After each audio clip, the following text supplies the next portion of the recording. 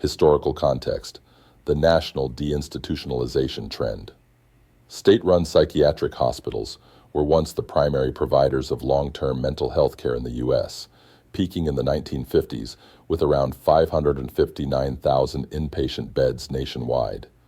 By the 1990s, this number had plummeted to about 40,000, a roughly 92% reduction, as facilities closed or downsized dramatically. This wasn't isolated to Oregon. It happened across nearly every state, driven by a combination of factors: policy reforms and federal incentives. The Community Mental Health Act of 1963, signed by President Kennedy, aimed to shift care from large institutions to community-based centers, supported by new antipsychotic medications and civil rights advocacy against abusive asylum conditions. Federal funding encouraged states to deinstitutionalize, but promised community resources were chronically underfunded. Only about half of the planned 2,500 community mental health centers were ever built. Budget pressures and cost shifting. States faced rising costs for institutional care amid economic shifts in the 1970s-1980s. Many closed facilities to cut expenses, relying on Medicaid and other federal programs to fund outpatient alternatives. However, this often meant discharging patients without sufficient follow-up, housing, or treatment options. Examples: across states, closures mirrored Oregon's timeline, e.g., Damesh in 1995.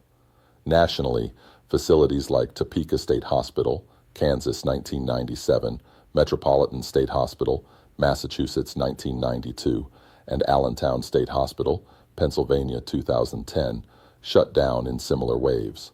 By 2023, many states had fewer than 10 state-operated psychiatric hospitals left, with total public beds dropping to historic lows. In Oregon, the closure of Damesh, opened in 1961 and shuttered amid reports of inhumane conditions, exemplified this, releasing patients into communities ill-equipped to support them. The state's Eastern Oregon Psychiatric Center in Pendleton closed in 2014, further reducing capacity. Today, Oregon has only about 743 state hospital beds for adults, with even fewer staffed. How this contributed to the national homeless crisis. While deinstitutionalization wasn't the sole cause of homelessness, factors like affordable housing shortages, poverty, and substance use disorders play major roles. It undeniably exacerbated the issue by leaving many with severe mental illnesses without stable support. Here's how the evidence connects the dots. Discharge without adequate safety nets. Many patients were released from institutions with minimal planning.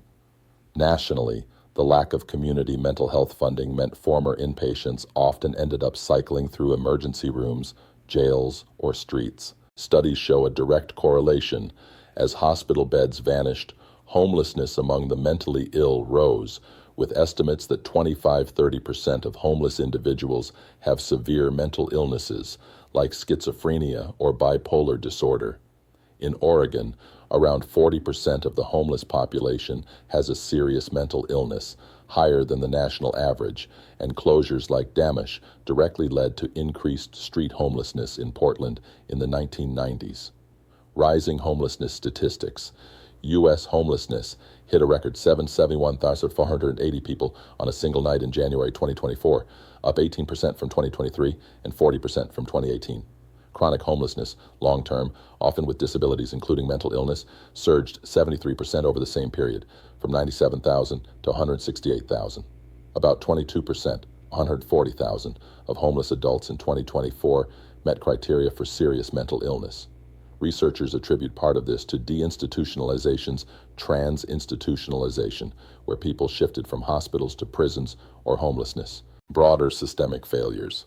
The affordable housing crisis amplified the impact. Median rents outpaced wages, making stable housing unattainable for those with mental health challenges. In states like California and Oregon, this led to visible increases in unsheltered homelessness, 36% of the total in 2024. Oregon's experience echoes this. Without enough community treatment or housing post-closures, many cycle between the Oregon State Hospital, jails, and streets. Nationally, experts note that while deinstitutionalization aimed for better outcomes, underfunding turned it into a system designed to fail. Key nuances and ongoing implications. Not every closure was detrimental. Some states maintained or repurposed facilities, and advances in outpatient care have helped many. However, the national bed shortage, now about 50 per 100,000 people, far below the recommended 50-60, leaves gaps, especially for acute crises. In Oregon, this manifests in long waits for care and over-reliance on emergency departments. Recent federal efforts, like executive orders promoting institutionalization for homelessness reduction, highlight the debate. Some advocate for more beds, others for better community funding to prevent crises. Overall, Oregon's closures are a microcosm of a national policy that prioritized deinstitutionalization without the necessary infrastructure, directly fueling homelessness by stranding vulnerable people. If you want to dive deeper into this topic, sources like HUD's annual homelessness assessment reports or AMA ethics journals provide robust data for further exploration.